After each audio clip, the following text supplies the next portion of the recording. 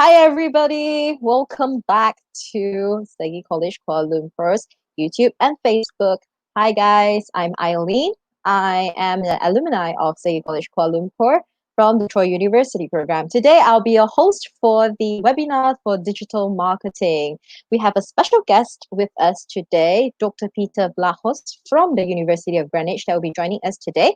So come on, guys. Share this with your friends and family and join us today for this wonderful webinar. It's free.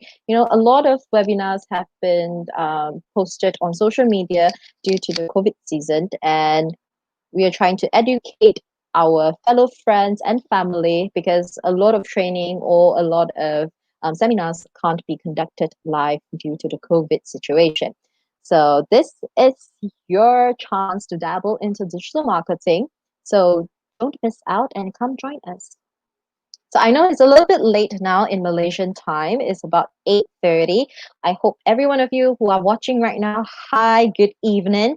I hope you guys have your dinner and have a wonderful week and have started your wonderful weekend. So you guys, let me know. Please do comment down below. Have you eaten your dinner or just plop on, say hi. All right. I hope everybody's well, doing well. I know it's been some time since I've been on the live. I'm so sorry, guys.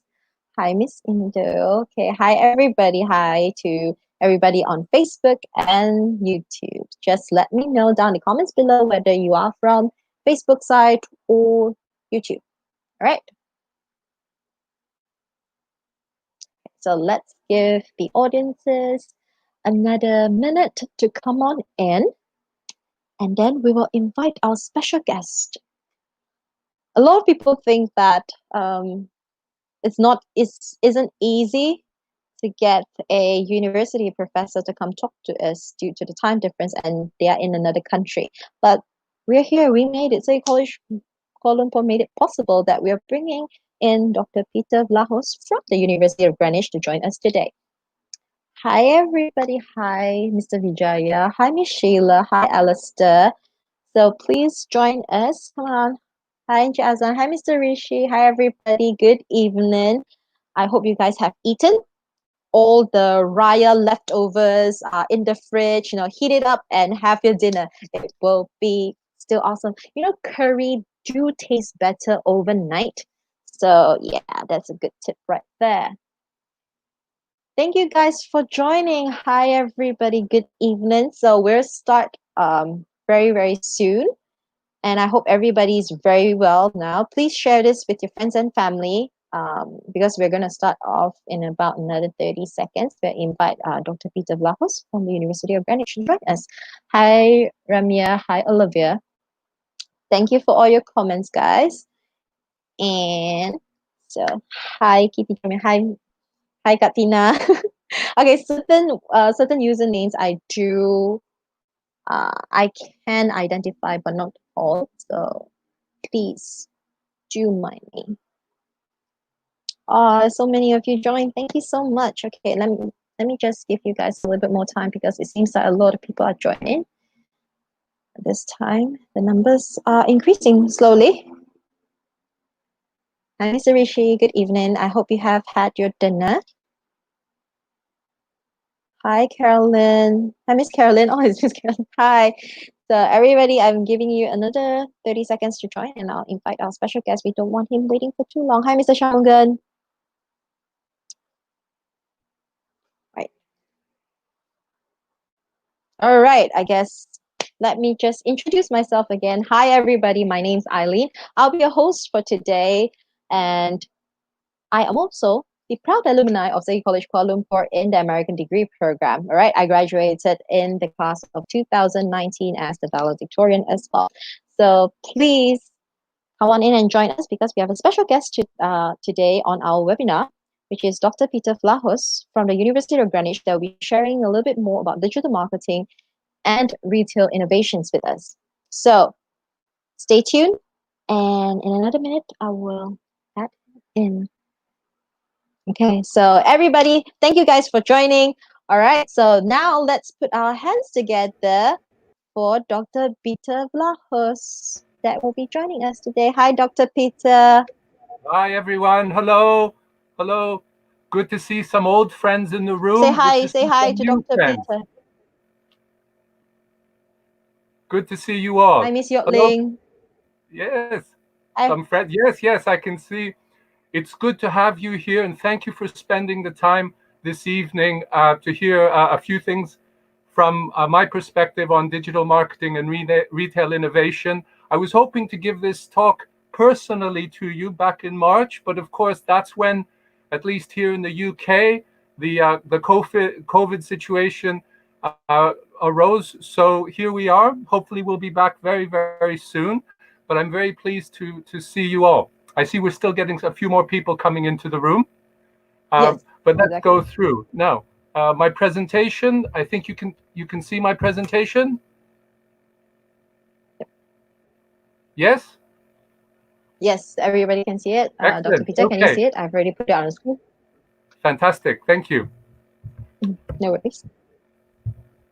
So we've got the topic today, which I thought would be useful in that there's a cross section at the moment we're experiencing between the COVID-19 situation, the pressures and impacts that that's having on the retail sector, of course, the wider sector, business and society all around, and this digital marketing topic that's been very hot on the academic and the business agenda for many years. And I found that these three perspectives overlapping in a very intense way at the moment. So I thought this would be a good time to give some ideas and some observations on this. So some of you may have been to Greenwich already. I know some of you from the list of names in the rooms have visited us. So welcome from afar. We're still in lockdown, so I'm talking to you from home at the moment. Although I've got in keeping with the topic today, my Greenwich shopping bag here with me and my T-shirt when I go out to do some shopping, and my details here. So I oversee both academically. I teach on the marketing degree, the events management degree, and we have tourism as well. I'll say a bit more about our programs in a moment. And I also oversee our international programs in my department. So I've been to Malaysia several times, looking forward to coming back and seeing you at Segi again in the very near future. So what I thought we'd be able to cover today is three things. Firstly, we have a new degree, some new courses in a new degree that's freshly available to you in Malaysia. So I'll say a little bit for those of you who might not be as familiar with the University of Greenwich about the university.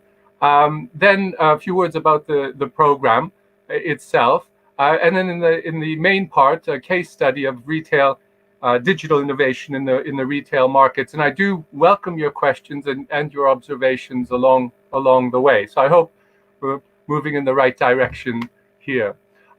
Firstly, I wanted to acknowledge the long-standing and very mutually beneficial and cooperative relationship that we've had with Segi for many years. Segi is one of our oldest partners, one of our largest international partners with the University of Greenwich. And it's not surprising that we're building on that relationship within marketing, within business, and other programs as well.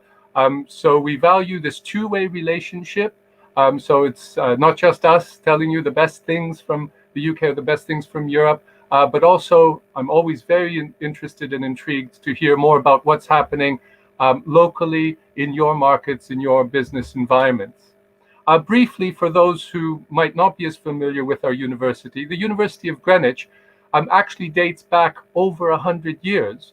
We began as the second oldest polytechnic institute in the UK back in 1890 as Thames Polytechnic, named after the Thames River.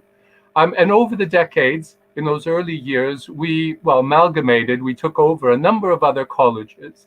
In the early 1990s, we were elevated to full university status in 1992. We have over 27,000 students. And you can see here, as I say, some of you have already visited us, our main campus in Greenwich in the southeast part of London, buildings which were built as a royal palace some 500 years ago. So we're very fortunate to have such a lovely campus to be able to teach from. We're a very diverse university. Malaysia is diverse as well, ethnically diverse, racially diverse, linguistically diverse. Greenwich is very similar. About 25% of our students come from outside the UK, and another 25% of our students are from a UK ethnic minority background. So that's about 50% of our student body is very diverse from across the UK, from around Europe and around the world. And these students are supported by teaching and administrative staff, similarly drawn from across the UK and around the world. I was very grateful for our gracious host who inquired yesterday, Dr. Peter, can I make sure, how do I pronounce your surname? Which just means shepherd, if anyone's interested. My surname is Greek background, shepherd. But I'm one of many staff. And we have that one thing in common, yeah. There we have are. that thing in common. My name is also a Greek name. Ah, yes, yes, of course, Helen, Eileen. Yes, yes, Helen of Troy. Yes. Yeah, and I graduated from Troy University. What are the odds? Small world, small world. Yeah. So I'm certainly not the only member of staff in our department. Myself, I was born, brought up in Canada, so Canadian by birth, Greek by blood, but I'm a BBC, British by choice. Yeah, and that diversity, it introduces itself in our case studies, in our approaches in terms of ethics of marketing and values, social values in marketing. This is something that's interesting in terms of our staff profile, but it actually feeds in very, very deeply into our teaching methodologies. In one of my postgraduate classes, I think we had about 30, 35 students in the class, and we counted 19 different languages being spoken amongst 30 odd students, just to give you a background. I mean, 20 if you count my GCSE Cantonese, but I won't go to that. We're also a global university in another way. As I mentioned, we've been working with Segi for many years. We've been involved in international partnerships for over 20 years. And as of our last full statistics from a few years ago, we have almost as many students, Greenwich students, outside the UK as we have inside the UK. So we're number 2 now in the UK for the number of students in our overseas collaborative provision. So working internationally as we do with Segi isn't something that we kind of do in our spare time as and when. It's part of our core business model now to be working together with our international partners. If you go to our Wikipedia page, that's not an academic reference, as we know, but if you did, you might find a list of some famous graduates that we've had from the University of Greenwich. Footballers, fashion designers, pop singers. But to be honest, one of the most famous and important graduates, I would suggest, is one of our graduates when we were still a polytechnic, Charles Gao, who in fact was born in Shanghai and came to the UK as a young man. We see him on the left here, back in the 1960s. And it was through his pioneering research and work in fiber optics that he shared with 2 other scientists, a Nobel Peace Prize for his work in science. And on the right here, a few years ago, we gave him an honorary doctorate. So in an indirect way, our ability to carry out today's session online through high-speed internet technology, in some way, is thanks to one of our graduates who helped in the early stages of developing those fiber optic technologies. We're also, of course, Greenwich Mean Time, the center of time, the red meridian line here. So if you visit our campus on the historic grounds, you can go and walk along the line, as many of our students do. As I'm showing these pictures, some of you who are not familiar with us might be saying, oh, wait, that place kind of looks familiar. Well, you've probably already seen our campus. There's been over 50 feature films and television series filmed on our campus over the past 20 years or so. So you might recognize some of these films from the cinema or from Netflix. Downtown Abbey. As we go along. Yeah. Oh, yes. Well done. Well done. Yes. This one here, the one on the right. I mean, you recognize this one, don't you? Yeah. Pirates and the Caribbean. That's the one. Johnny Depp and his extra and the workers. On the right here, Yeah. you see the background of the building that I'm based in. And on that very day when this filming was happening, on the second floor, I was trying to conduct the first week induction to my master's students. And there was no way I was going to compete with Johnny Depp outside the window. So we had Yeah, to exactly. reorganize classes that day a little bit because everybody wanted to go and take pictures. Um, all joking Show aside, up. though, with all this history, as I said, 500-year-old history, the old Naval Academy, as our campus was until the university took it over, Greenwich is also a district of London of great contrast. And just 200 meters away, we'll find a whole street full of shops, small shops, family-run shops, cafes, internet cafes, haircutting, barber shops. These businesses are the very businesses that are struggling at the moment under COVID-19. And we don't forget that alongside the over £1 billion of tourism revenue that our area of Greenwich, one of the top 10 sites in the UK, attracts, we also have businesses that are struggling and local communities that need the university's support and advice and guidance. So we're based here on the south side of the river in historic Greenwich, but just across the river is the new financial district of Canary Wharf, which encapsulates this image, our historic outlook of traditional educational values, balanced by forward-looking, progressive academic ethos. Okay, so for those of you who are considering coming to study the university, maybe finishing secondary school, an obvious question, but let's unwrap it for a moment. Why would we want to go to university? Well, it's not just to learn things, it's to gain wisdom. University isn't just about knowledge, what to think. Much of the university experience teaches us how to think more critically, how to think more analytically. This is kinds of things I mean when I say wisdom, not just knowledge. How to think more analytically, how to think more critically. Of course, we have to survive as well as human beings, so our academic degree will enhance our career prospects. And of course, a big part of going to university is filling your head with those specialized skills and subject knowledge. Some students might want to pursue university degrees for personal growth, personal satisfaction. Some people climb mountains. Other people might want to collect a degree as part of their personal growth, and they already have a job. That's absolutely fine as well. But let's not forget that part of what we need to do is also contribute back to the society that nurtures us, that helps us grow. So part of picking up these skills and wisdoms and personal growth and knowledge is to give something back to society as well.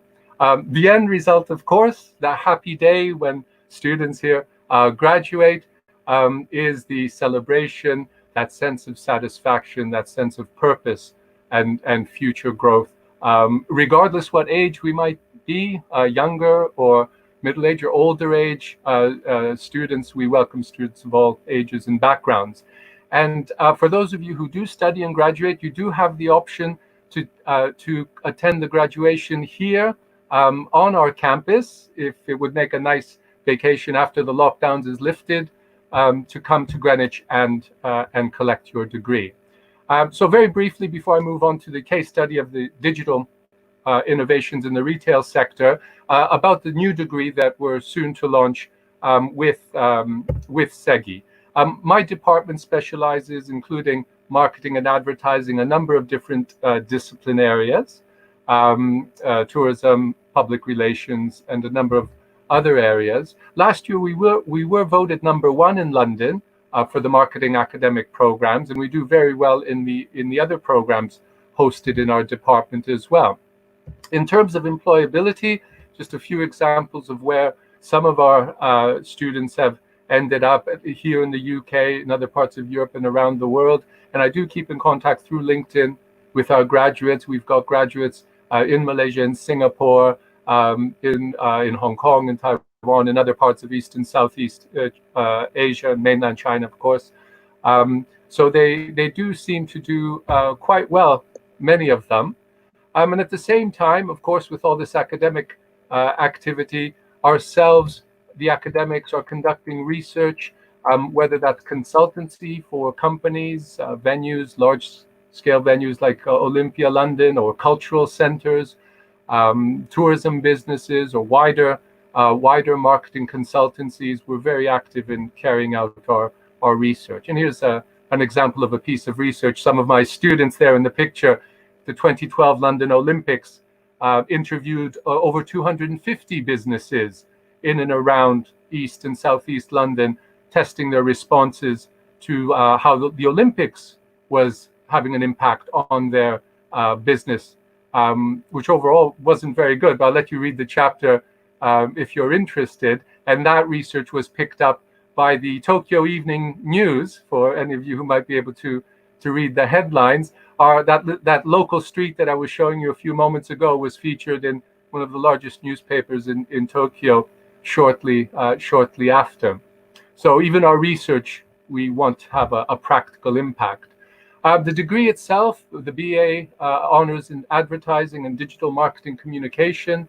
An exciting new program has been launched for just over a year here in the UK. As far as we're aware, the first of its kind in all of Malaysia, and it has been developed with our professional association partners, the Chartered Institute of Marketing, the Digital Marketing Association. So I won't go through the profile of the program itself. This is information you can get from Segi directly. But it's a very intensive, very wide sweeping program. Some of you may have preliminary diplomas. You may be able to jump right into year 2, for example. But it's a very thorough program to prepare you with the latest innovations. We track how our graduates have done. So one of our graduates here, James Anderson, from some years back, we've been keeping up with him. Of course, his memories, the people that you meet while you're studying for a university degree, a huge impression on your life.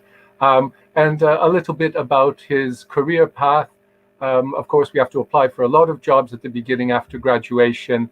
But in the end, he did succeed, built up his expertise to be able to work in a strategic team within a large global marketing company. And some of the things we're discussing today were right on trend. Dynamic marketing, the ability to target our marketing and tailor our marketing to particular interests and particular consumers, which is the main focus of my talk today, is something that we hear he's experiencing in the industry.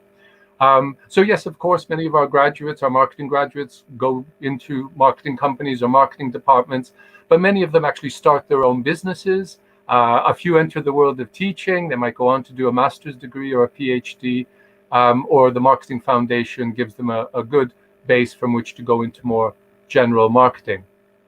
So, end of promo for the program, the new program. But if you do have any more questions, you can contact me or contact our colleagues at Segi, and they will be very happy to tell you more about the new program.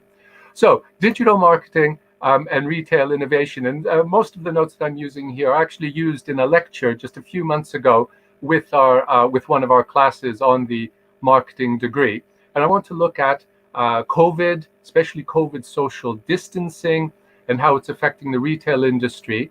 And as I like to do, I mean, there's a downside, and we've been moaning and saying, oh, things are down. And it is, I mean, it's very, very difficult for businesses at the moment. But with every change comes opportunity as well. I try to be optimistic as best as I can. So this new idea, this new condition, which is a very difficult condition that we're working under, is a period of change as well. And period of changes do offer opportunities. So I want to look at some of the opportunities that we may have, as well as the challenges. If I had to categorize how businesses are responding, at least here in the UK, to the COVID crisis, and you have to recall that COVID's hit us a little bit later than it did yourselves in East and Southeast Asia. So you're coming out of it a bit sooner. You're ahead of the curve compared to us. But what are the strategic responses to a crisis like COVID? Well, some companies and some entire sectors have just pressed the pause button.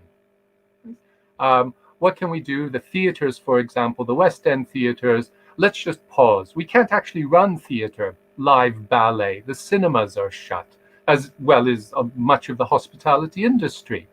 So some companies have just decided, that's it, we're just going to press the pause button.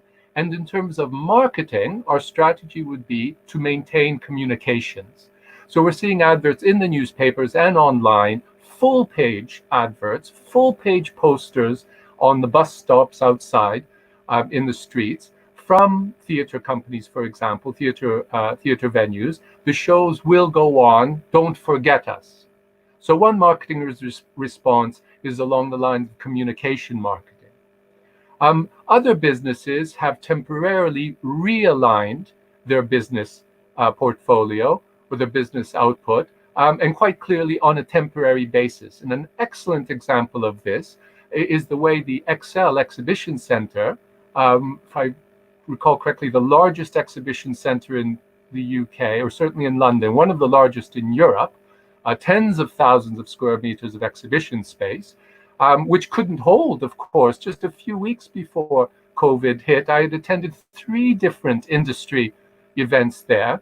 But since they couldn't run, one realignment they were able to do is transform that exhibition center to a temporary hospital that could hold over 4,000 beds if needed.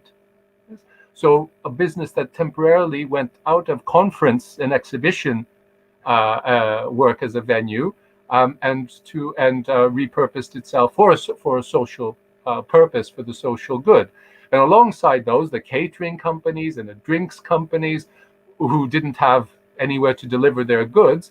One brewery, for example, realigned their practice temporarily to be able to use the alcohol to create the disinfectant sanitizers for their hands, selling that back to the hospitals and to the government. So a temporary realignment. Strategic option number 3, adapt and continue. So we're seeing some smaller theaters. I'm a voluntary director on a small local nonprofit theater. And since we can't bring audiences into our little 100-seat venue, performances are being transferred online. So some opportunities to adapt and to continue business, not business as usual, but some semblance of adapt and continue. Online exercise coaches is a very good example of how people can adapt their business quite readily online. And then a few businesses, by choice, may see this as an opportunity to transform their business entirely. Some of those online coaching, there's been online mental health psychotherapy sessions being offered. They may decide the new way to go is a new business proposition, transform our whole business. We won't have a restaurant. We'll just do home delivery from now on, because we've realized that that's a business direction that we can take. So I'll ask you to keep in mind these 4 strategic responses. And when we discuss this new retail innovation technology, which of these 3, and there might be several of them, are being spoken to in terms of the rollout of the new technology. So the cycle of experience, of that live retail experience, is something that this is something that all of us are probably doing. Saturday night, I suspect some of you may be listening to my talk now and doing a bit of online shopping along the same time. So this transition between our online, laptop at home, and then mobile as we're out and about, and our live retail experience is an ongoing cycle of activity.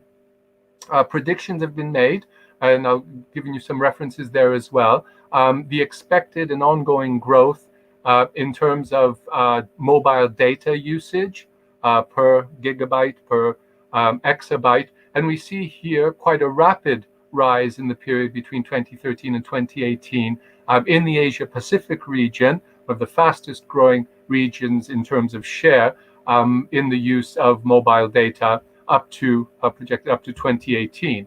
And Ericsson, more recently in November 29, continues to predict, especially with the growth of 5G, an exponential growth in North America and Western Europe, and a continuous growth in the rest of the world, with some interesting observations in India. If anyone has a particular interest in that, a very major market, some interesting developments as technology rolls out in India. How often do people use their mobile phones, their cell phones? Well, even if we looked again a few years ago, this data, um, approximately 80% of over 80% of people were using their phone was with them or nearby, as mine is here, or two mobile phones nearby. 50%, over 50% of the time, they literally have their phone on their person. Another 30% of the time, most times, about 80% of the time, we're actually holding our mobile phones, or we've got it somewhere near to us. It's almost, the mobile phone has become almost an extension of our fingers. And there's different usage rates of mobile phone technology. Some of us might use the mobile phone as an additional tool to our everyday life. Some of us might use mobile technology as in a utilitarian way when we need it, and then when we don't. And then an increasing number of people might almost categorize into being addicted to their mobiles. Some of the evidence we see is a younger demographics. I think slave is maybe a strong word to use, but certainly very, very tightly aligned to their mobile use, and then sometimes actually panic if they've separated from their mobile for any extended period of time. So that initial understanding and orientation to new technologies, and this isn't the first new technology, I'll go through with you some previous new technologies where consumers find out, experiment, then the new technology becomes routine, and then finally that knowledge is consolidated as part of the normal consumer experience. Right? So that there's an anatomy to that experience that ranges from the offline, in-person, online, mobile, word of mouth, a complex interweb of information that we're bombarded with these days. And what I found interesting in terms of this newest technology, this scan and go technology, is how it takes advantage of those few moments that we pop into a shop, or it might be 20 minutes where we're doing a longer shop. That very intensive, three-dimensional, multi-sensory experience that we have in the shop that could complement and emphasize and reinforce some of these other digital information that's being presented to the consumer. So that ongoing cycle of offline to online and back again.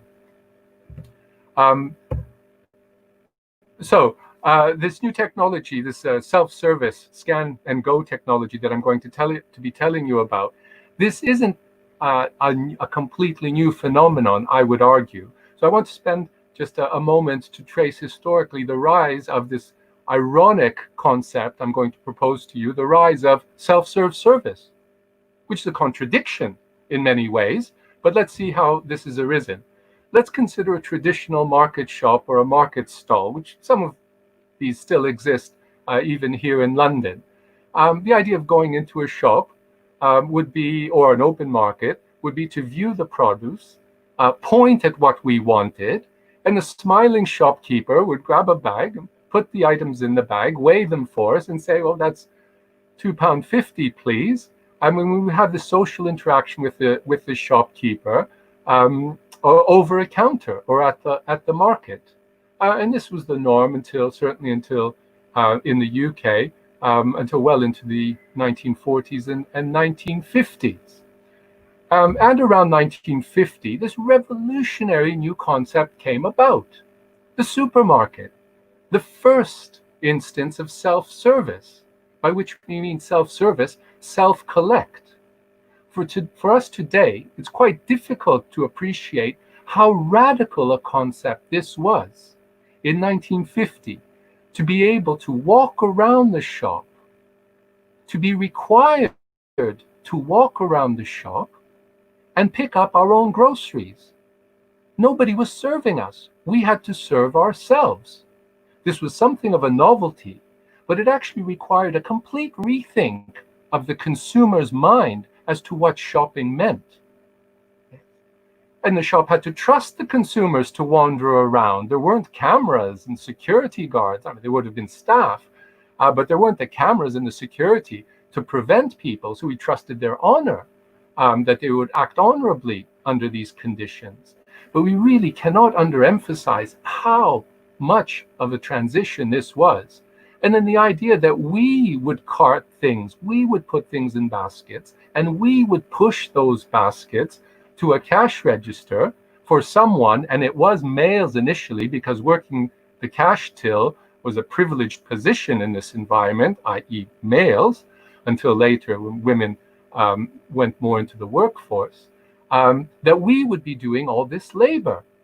So the beginnings of self-service didn't happen 5 years ago or 2 years ago. It happened, I would argue, 70 years ago. So the more recent innovations of online ordering and getting a delivery at home, or self-checkout, which is rolled out for a number of years, or online ordering with pickup, which is quite prevalent in North America, for example, it's a part of a 70-year trajectory where retail service, and if you look at the stock market listings, retail establishments are still listed as services, ironically, services. We've been pushing the service component onto the consumer. And the latest of this now is the innovation that's been called Scan and Go. Now, why has there been this rise of self-serve retail? Well, we've got now time-poor, technology-rich, mobile, glued to their hands customers. We've got rising labor costs. Part of that is taxation, because we have an increasingly large social welfare system. So to hire labor is increasingly expensive. Rent costs in big cities are going up. There's a competitive environment. We have to innovate to survive. We have to innovate to expand. So there's a thirst for profits. And then there's advances in digital technology, such as electronic stock control and electronic payments. So all these factors are pushing quite strongly towards this self-serve model.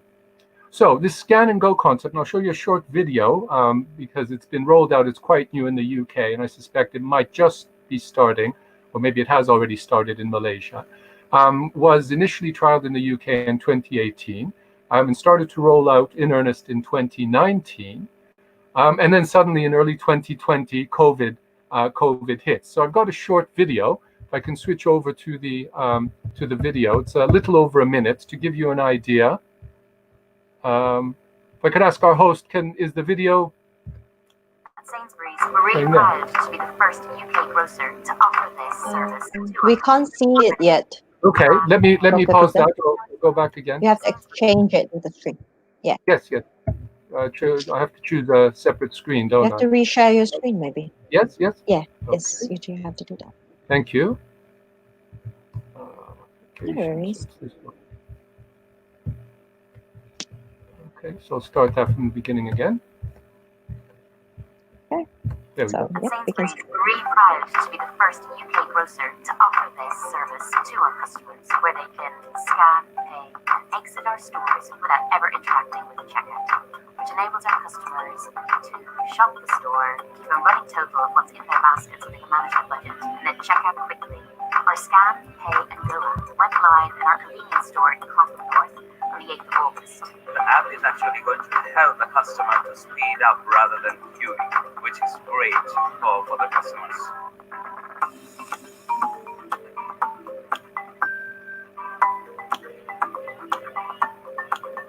The feedback I received from the customers, and this is really positive, is another element to the customer, which another shopping experience where customers can shop and get out of the shop quite quickly. In our smartphone society, people use mobile phones for everything today, be that browsing, to buying, to banking. So why not scanning and paying?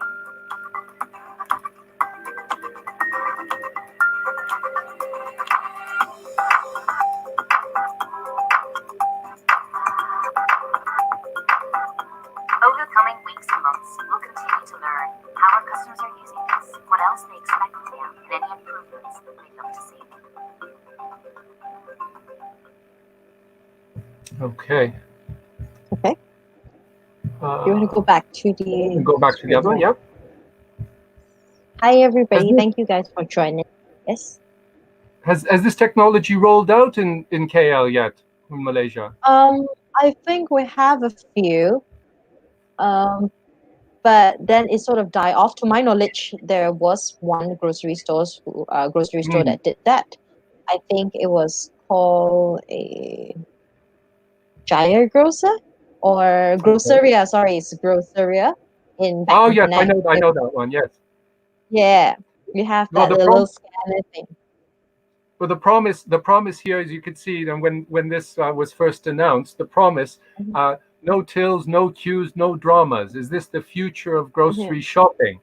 And you could see they Yes, had these little advertising leaflets, which were literally the size of an iPhone 6. So you'd pick up this leaflet. So it's just yeah. like carrying this leaflet around. So let's unpack this technology. We've seen the video.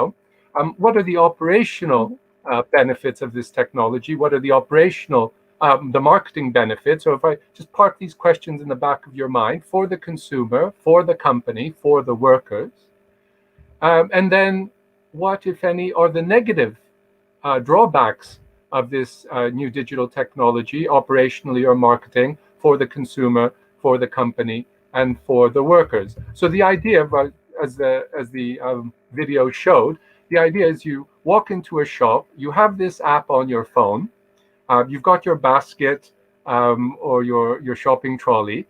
You pick things up off the shelf, scan the item, it'll show you the price. If you want that item, you click yes, put it in your shopping trolley or in your bag. You wander around the shop this way. If you don't want the item, you say no, and you put it back on the shelf. And then you get to the exit. You don't even have to go to the self-checkout till.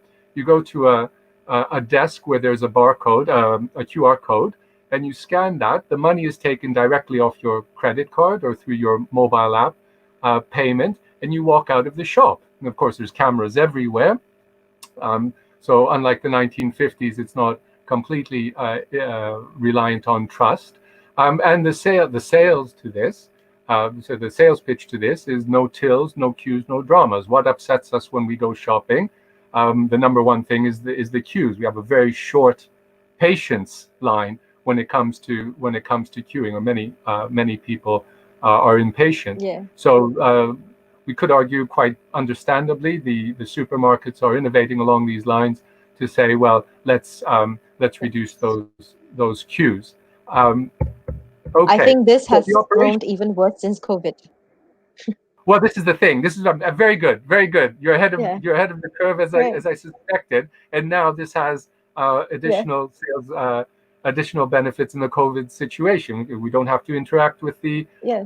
with the staff. We can keep apart from other customers. We don't have to queue up next to them, and so on. So there's a win-win potential here under COVID. One of the Exactly. benefits of COVID, and I use that word very, very cautiously in many quotation marks, in that if the supermarkets want to roll out this new technology, they have a very strong excuse to do it now. Is it because of COVID? Download the app. Operationally, what does this do? And in a way, the operational benefits both to the client, but mainly to the firm. This is shifting the labor of checking out to the customer, so we don't need staff to be working at the tills. So we're moving labor onto the customer. The customer is becoming an employee of the shop, and we don't have to pay them.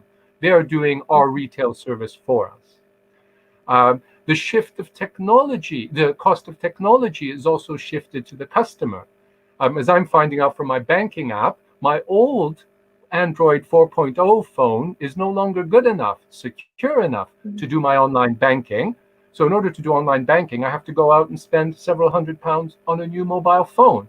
So that shift, that technology cost is being shifted increasingly to the customer. If we don't need tills, that frees up more floor space to put more products on the shelves. We quite literally turn every customer into a checkout machine. And that's almost a science fiction scenario if you think about it. Every customer becomes a checkout till. We've got 200 checkout tills wandering around our shop floor in a big supermarket. Meanwhile, our staff is opened up so they can restock the shelves. That's until the robots can do that for us. Or indeed maybe provide some special assistance, which I do see happening, elderly customers or customers with visual impairments that need assistance. So I think that's a good thing, that it frees up the labor in the shop to be able to help in those special circumstances, or if you're looking for a particular item that you can't find. And let's not underestimate, it reduces cash handling. Banks charge commissions to deposit cash and handle cash. Cash carries the dangers of being lost and theft, etc. So anything that can reduce cash transactions through mobile technology has an immediate benefit to our bottom line. In terms of that retail experience, since we're losing the social interaction, the smiling shopkeeper we no longer see, we see maybe a member of staff at the exit. This is turning shopping into a game, gamification. If you go into YouTube, you'll see people have uploaded, even their 2-year-old can shop now, which retailers must absolutely love, retail ethics aside. So there's that element of novelty, an element of fun that sets us out against the other shops. Many people are already practically glued to their mobiles. They're talking, they're shopping, they're messaging, they're uploading to Instagram. So this idea of holding your mobile phone and doing your shopping as you're doing everything else on your mobile fits in with the flow, the natural flow of how people are living these days. And we can't underestimate how important it is to embed these consumer habits in that natural flow. So shopping no longer feels so much like shopping. It feels like a game. It feels like, oh, I'm chatting with my friends. I'll log in, do some shopping, log back out.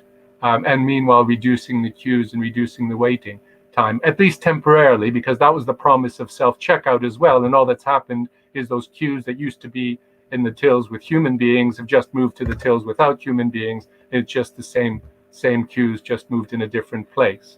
But to take a critical approach, I said part of what we teach at university is taking a critical approach, not just celebrating this new technology. I would argue that this experience depersonalizes the retail service experience. It's actually blurring the distinction between retail and distribution. So supermarkets are starting to look like warehouses rather than shops. And in some shops, the Apple shop or the Samsung shops being case in point, where the shop becomes primarily about the experience. We actually don't sell things, so the shop becomes a kind of a playground to try out new products and services without necessarily even buying them. So this polarization between experiential marketing, retail, and retail turning into distribution, I think is quite fascinating. I mean, I joke when they ask me, why I don't use these self-checkout mechanisms. I ask the shopkeeper, the staff I find there, well, you've already got me wandering around, taking the stock off the shelves to put in my own bag to bring it to you to the till. Now that there's not even anyone at the till, you ask me to scan it myself, so I've become an employee of the shop.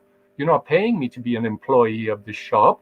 What do you want me to do next? Do you want me to milk the cow and collect the apples from the trees for you as well? So how much more labor are we going to push onto the consumer in the name of giving them self-service opportunities? Fascinating questions. The firms, the benefits of the firms, I think maybe are more apparent. In order to use the Scan and Go technology, the app, the user has to register. They actually have to register to take up a loyalty card, those loyalty schemes, and thus the supermarket captures the demographic details, the address, the name, the age, your credit card, the gender, income, education. So all of those marketing demographics are captured. And then we can start targeting consumers according to the customer category. We're building up a profile of them. What do students shop on a Saturday night after they've gone out, maybe gone to the movies, or they're going to, what kind of shopping will they do, as opposed to what kind of shopping parents with children will do on a Sunday afternoon. It helps us with the timing of shopping. Now, some of this is already embedded in the stock control, but it allows us to have even greater control over stock and staffing scheduling. All that data enables us to upsell, cross-sell. So you can imagine now if a family's been purchasing bulk nappies, diapers for babies on a regular basis, we might give them a special for baby milk. Or we can track the child as it's growing. What's the next thing that we could advertise, give a promotion on? So it helps us predict product time. Sorry, not slows. Helps predict product flows, where there should be flows, in order to run the shop more efficiently.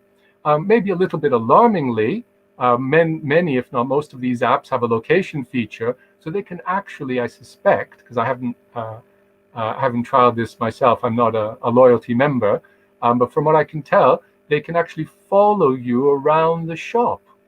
Because you probably clicked yes to the location feature. So they can use your movement within the shop to place promotional advertising and organize how they're going to stock the shelves. Very interesting. And I'd need to do some more research. They may actually be able to track you if you've allowed them to follow your journey from home and what you do after the shopping as well. So really capturing a lot of data. So a very intensive, I would suggest, innovation, this Scan and Go, partly combining existing features of loyalty card data collection, electronic stock control, which already exist in the shop, and mobile payment technology, with the end goal, of course, to sell more, cross-sell, and predict our consumers' behavior. And of course, as was picked up earlier, more recently now, supermarkets have been advertising very intensively Scan and Go as a safer way to shop because of the social distancing. So if we recall those 4 strategic responses that I suggested at the beginning of my talk, and how in this case, retailers are responding, the Scan and Go technology has benefits in maintaining communication, is partly maybe not realigning the business temporarily, but adapting under the new conditions, and possibly presenting a whole new way to transform the business. But I would argue it seems more in the middle ground. It's not as if the traditional shops are going to disappear entirely. I think there's an interesting observation here as well in terms of the value of the data that's being collected. In order for the data to collected via an app to be valuable, we do need quite a dense volume of data. And I did overhear, it was on a Dragon's Den presentation on the BBC quite recently, one of the dragons, if you're familiar with the Dragon's Den, when the entrepreneurs pitch ideas to 4 dragons in the den. Always an interesting watch on a Sunday night. One of the entrepreneurs was pitching a mobile app, and the dragon said, well, you need about 5 million people to be using the app for that data to be worthwhile, otherwise there's too many inaccuracies. So this Scan and Go is being promoted now as a more ethical way of shopping because of the social distancing, and also helping to collect the data. But just some closing observations before we open up to your questions and comments. Maybe Scan and Go isn't for everyone, and not necessarily for every business. There may be cultural factors in different societies. I'm thinking here, maybe it was mentioned that this technology has been trialed in Malaysia but didn't really take off. Maybe cultural differences in societies where face-to-face contact is still very important as a social function, including in business, in retail. That anonymity of not talking to people, of just being glued to your handset and wandering around anonymously, may actually feel antisocial in a way. So there may be cultural implications in different parts of the world. Would we really use it for high value items? And remember, this isn't 100% when you go to the shop.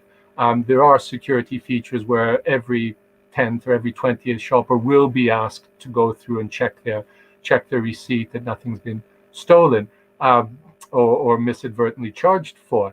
But would we use Scan and Go in a Gucci shop or an iPhone shop or a high value luxury item? Do we really want people to lose that personal touch in those environments? I suggest probably not. Some demographics we might gather from the data that's collected simply do not buy into this concept of self-service, Scan and Go. And I alluded to myself, a person of a particular gender, particular age, particular income level, particular educational level. So a person like me, it would appear, doesn't really like the Scan and Go. Would prefer that human contact, partly because I'm also always interested in finding out as much as I can from my marketing and retail experiences. Who are those people? Are they high-value individuals? Are they people who aren't technologically inclined? Sometimes, but not always, older generations. Not always, though. Who are these people that maybe we're ignoring and we shouldn't be ignoring? And then there is an overall human cost that at the end of the day, technology replacing human beings, and human beings ultimately losing jobs in the process. So in terms of ethics, let's not forget that ethical perspective as well.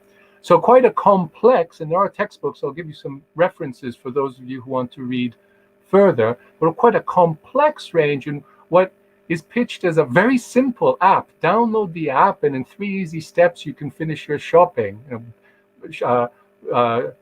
Scan, bag, and go, 3 steps. But what's behind it is a very complicated set of interactions and collection of data and use of data and responsiveness to those measures in order to streamline and to improve business practice. So that simplicity in many levels is quite misleading. There's a very powerful underlay there in that decision-making process within the retail journey. So I'll leave these references to you because there are academics. Notice I'm not putting Wikipedia here for the students and potential students, and the academics know this. In my presentation, there's been a lot of industry-oriented data and statistics.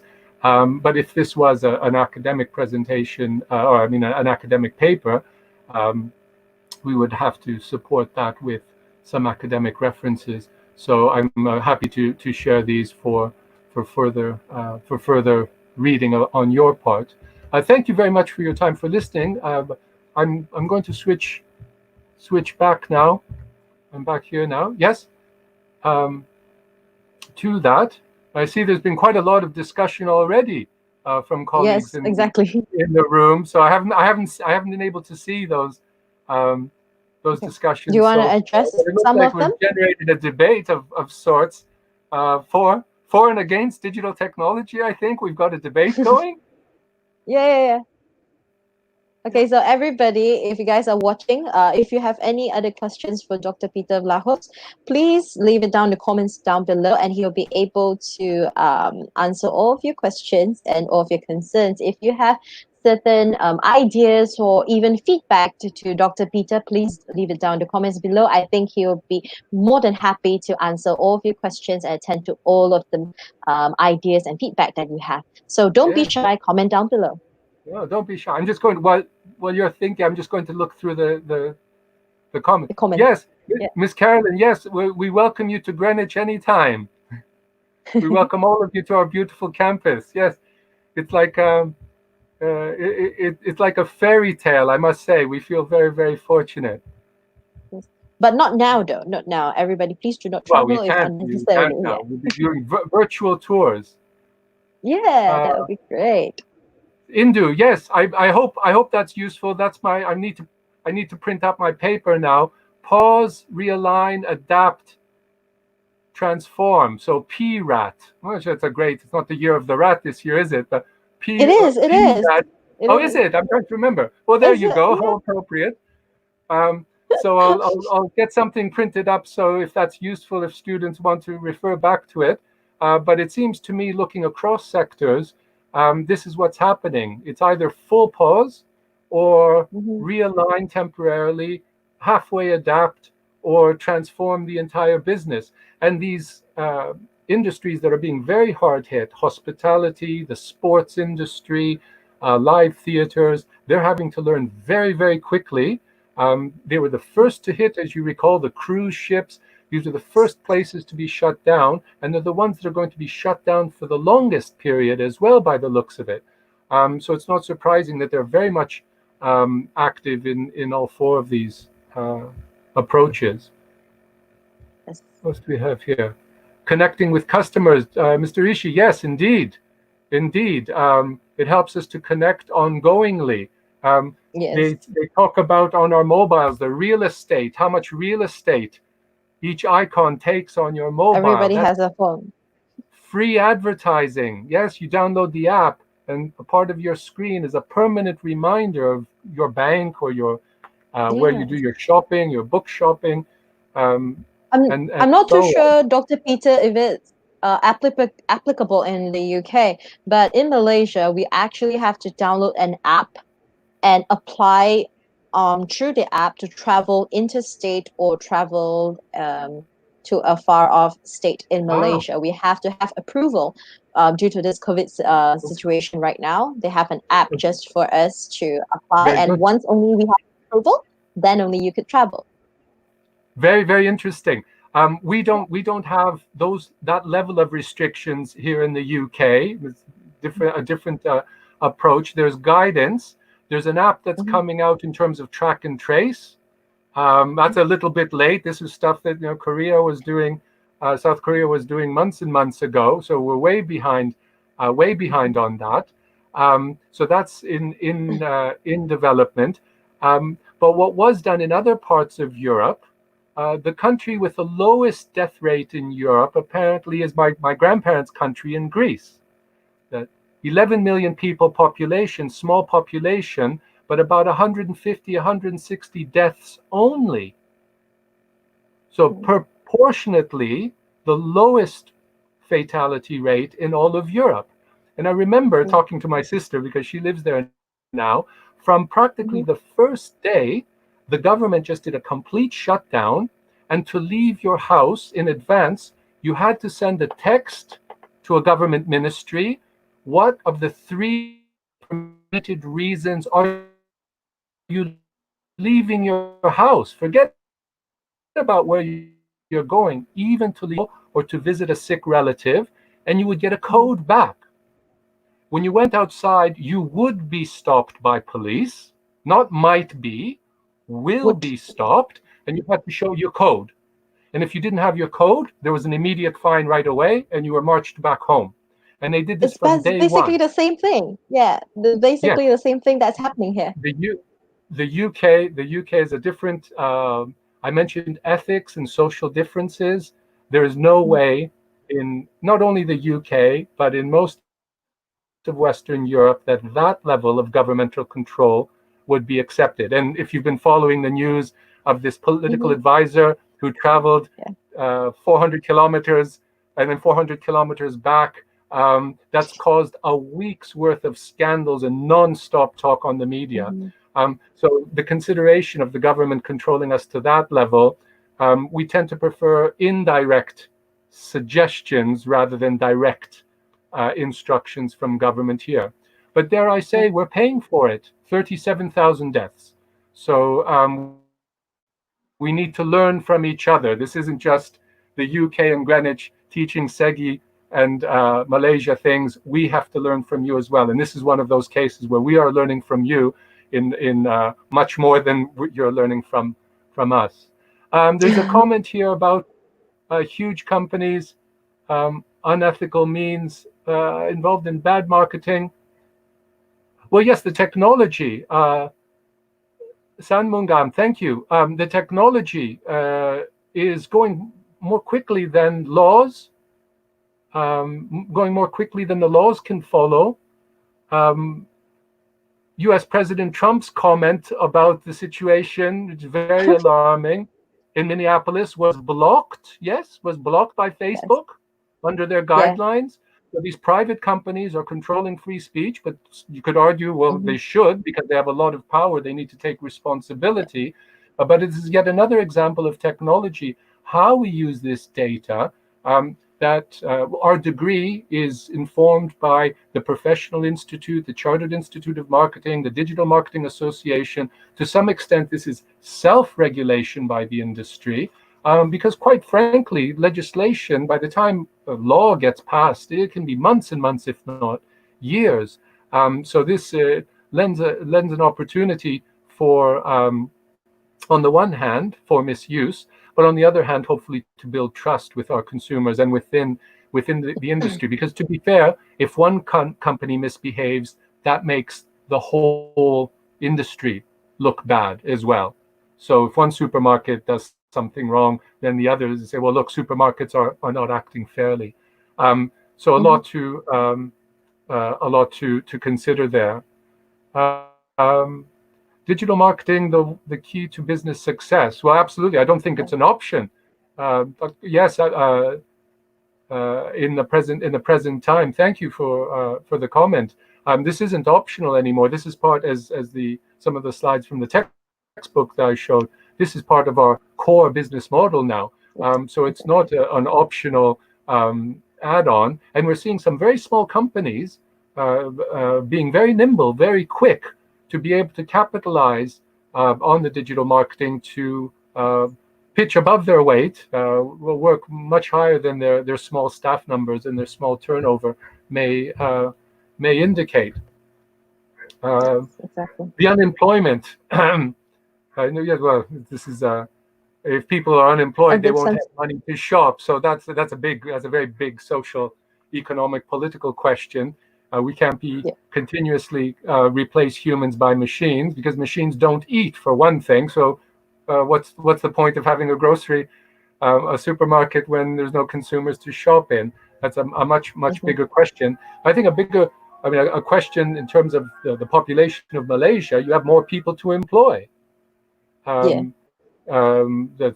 times, many more times people than in the UK. So that human dimension takes on a more significant role. And if we look at even bigger economies, we saw the graph in India of the mobile data uptake. If you've got 1 billion people, or in mainland China, over 1 billion people, that's a lot of people to be employed. Politically, it may not be a viable solution to replace people with machines.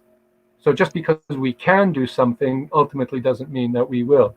Mr. Rishi, the social distancing, digital marketing, the new flavor of social enhancement, absolutely. But I notice when I go to the shops and we have to say 2 meters apart, there's signs on the floor.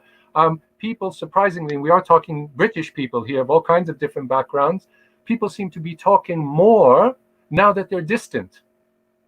It's kind of interesting. We're actually having chats. It was on the BBC last night, joggers saying they're going out jogging and they see other joggers and they move aside when they jog for the social distancing, but they actually say hello now from a distance, whereas when they're closer, they're not saying hello. So I'm not quite convinced in terms of my limited observations. I do go out when it's safe to do so. That the more we're pressed to social distance, the more we sort of want to have some human contact, the more we're going to use scan and go. Maybe that just means people will start talking more on Facebook of their consumer experience. It did backfire, those initial trials, because there was one consumer who did prove that their 2-year-old not only could use scan and go, which is a bit dangerous if you give them access to their credit cards, but could actually fool scan and go by clicking different items and unclicking them, and there were mistakes that the software wasn't picking up. So as soon as you release something online, you let people talk about it. You have to be prepared that they may talk about it in a negative way as well as a positive way. So interesting, very interesting perspectives there. Not sure if I picked up. I'm trying to scan through, but other comments or questions we could focus on. I think basically, day, Ms. Indo also said that many companies quickly took this opportunity to leverage on digital marketing. I personally think that it is very true, because I worked as a digital marketing executive for Segi a little while back, and now currently at digital marketing in another company as well. So basically, a lot of companies, a lot of businesses these days are really leveraging on digital marketing, because traditional marketing materials aren't as effective anymore, like newspapers or magazines. There is even like places like Arab. Certain places in Arab, they actually ban newspapers because they believe that the COVID disease or virus will transmit through papers. So if with this kind of restrictions and with this kind of mentality, which we know is not true, digital marketing and digital advertising and digital networking actually helps build more. It sends out more information and builds the community even better. Like, because we are restricted to human contact, we have to Skype, we have to video call, conference call all the time. I think it's due to that reason. Like you are restricted for something and you really want it. Try telling a diabetic person you cannot have sugar ever again. They will still crave sugar, yeah, right? yeah. This is the thing. This is Similar the thing. concept. So those few moments, as Mr. Joachim, thank you for your comment about driving consumers into the physical store, having been in the physical store when they get home to remind them to go back. It is a 360. It will no longer be only in store, but I can't envision a time when it will be only online as well. So in terms of keeping that cycle going, and those few moments, those incredibly valuable moments of the experience, that human experience, that social multi-sensory experience in the shop, I think that's another area that we will need to invest more in. Not just a shop that's like a distribution center with stuff on shelves, like a Costco type warehouse, but the expectation that going to a shop, I mean, everything in a shop I can order online. I don't have to go to the shop. I can order everything online. Yeah? So we need to give people a reason to go to the shop, and the reason increasingly will be around that experience, that there is a wider purpose to going, whether that's social, innovation, gamification, promotions, etc. Because if the shop just becomes a distribution center, I would predict that it will defeat its own purpose. It may as well just be an Amazon locker then, shouldn't it? You just order your groceries, someone else will pick them up, and then you just open the locker and take, which is becoming very prevalent in North America in car culture. You order in advance, you just turn up, drive up with your car, put the bags in your car and leave. And if the point is saving time, that's the best time saver you could probably think of. So I think we have one more question from. I think this is a very good question. Excellent. Hi, Dr. Peter. How do we market high-priced products digitally, as customers may face more hurdles and hesitations before buying the product? What are the key approaches you would suggest? I think this is the comment that I made. Maybe I made it rather quickly. Would we want to? Is it feasible for those high product items? So I would suggest, if you have a look at certainly the Apple shops, those new £1,000, $2,000 iPhones, that the shops become almost like fashion shows for the new products. So those luxury. So in terms of best practice, Liberty, the old style department store in London, Liberty, kind of like Harrods, but even nicer, I would say.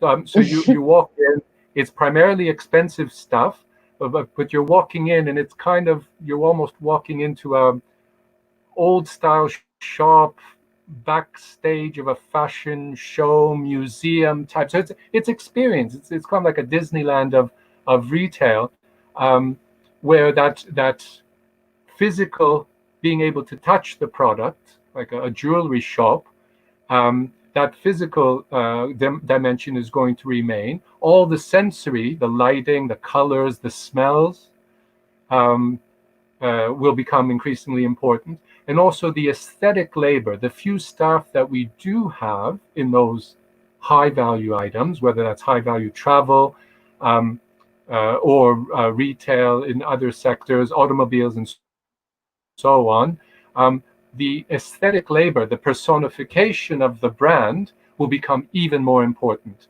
So the people that we hire to represent our brand will become even more important. After sales, after service could be done online. If you've just bought a £15,000 Rolex watch, I suspect they'll send you a courier to pick it up to change the battery for you. That's the least of their concerns. But for those the larger items, I think that's an interesting area for future research, because again, the data is just being collected now. And as soon as the shops reopen, I will be going back to the shopping malls where there are such high-end shops to do some inquiries and some mystery shopping to see how are they doing that. I went in for a shop. I went in to change a battery, and they wanted my email address as well as my mobile phone to let me know when the battery is ready. Yeah? But I told them, I teach marketing. I know what you're going to do with my email address. Yes, I this stuff. Data information. Yes, thank you. Okay, I think we have another one more question from Miss Sheila. Okay. So, guys, everybody, dear audiences, I think we have gone on for quite some time. So, if you do have any other questions later on, I think you can rewatch the live and get Dr. Peter's email address. Drop him an email about your concerns or your questions. I think he'll be more than happy to reply to your emails as well. So, let's just answer Miss Sheila's question, and maybe you can wrap it up after this. Thank you. So Miss which one? Sheila has the last one there. this one. Yeah, over here. Unemployment. Well, it's difficult. If I can combine that to, I'll combine that to the last couple of questions in terms of what's going to happen as soon as this COVID nightmare is over, and the impact on unemployment. I mean, at the moment, staff are being not unemployed, but temporarily being paid by the UK government. So it's difficult at the moment to distinguish between what will happen with employment figures in terms of digital marketing and the immediate issue. I think we're at least a few months away before being able to separate that out. But what I am seeing already, which is a little bit worrying, is even now, it's a lovely day outside, quite unusual for London, the weekend. But as soon as there's even the smallest mention of opening things up in terms of movement, people are rushing out right away. They're doing it very carefully. They're respecting the social distancing rules. But I would suggest that it's not going to take very long for people to jump right back into their normal, what was beforehand, with the social distancing in play. The impact on employment, digital marketing now, as our host Eileen suggested, is an opportunity for students and specialists and academics, because this is a growth area for us. I mean, it's not good why this has happened, but as we've already heard, and I'd be advising my students, think about a career towards digital marketing, because that's the way things are going to go anyway. But in terms of going back to how things were, it's going to be a long time before things go completely back to the way they were in terms of marketing, in terms of economics more generally. Some of the businesses already are saying they won't open until 2021, the theaters, the sports arenas, so it's a longer way away. But the social issues embedded in that, I think, are too intertwined at the minute to separate them out to do a prediction. But things, I think, will be surprised how quickly, at least here in the UK, people want to go on holiday, they want to go shopping, they want to eat ice cream in the park, they want to play football in the park, so they're itching to get out as quickly as they can. Yes. And we have to be careful the way out that it doesn't restart the epidemic again. Yes, exactly. Thank you so much for all your comments. To be continued, I think. I think we've opened up quite a big debate. Thank you so much. Yes, exactly. Stay healthy, stay safe. Next time I will see you, if not live in Malaysia, with the backdrop of Greenwich campus rather than my retail shopping Greenwich bag. Yes, we are very happy. Thank you, Dr. Peter Vlahos, for having us as well, having this opportunity to host this webinar for you in Malaysia, for all our Malaysian audiences right here. Thank you for taking up your time. I know it's in the afternoon right now. You might be craving for a cup of tea later after this. Yes. All right. So I have one more question, maybe. Yeah, one more question for you. Yes, what do you what are you looking forward to once this pandemic is over? What is the thing that you miss the most that you still cannot do right now? To be honest, travel. Travel. Wow. Travel. It's part of my work. Since we've been in lockdown for 2 months, and in 2 months I've had to cancel 4 trips. Oh no. So I was supposed to be in Malaysia for the better part of a week, stop over in Singapore. I was invited to a European exchange, and one of our partners in Europe as well. So it was supposed to be, it's tiring traveling, but it's part of my work, part of my research interest, to collect data, to talk to other academics, to students, to people in industry. London is a global travel hub. Our airports are practically shut at the moment. So I would say that Heathrow Airport. Heathrow, Gatwick, City Airport is 5 minutes from where I am now. It's been shut.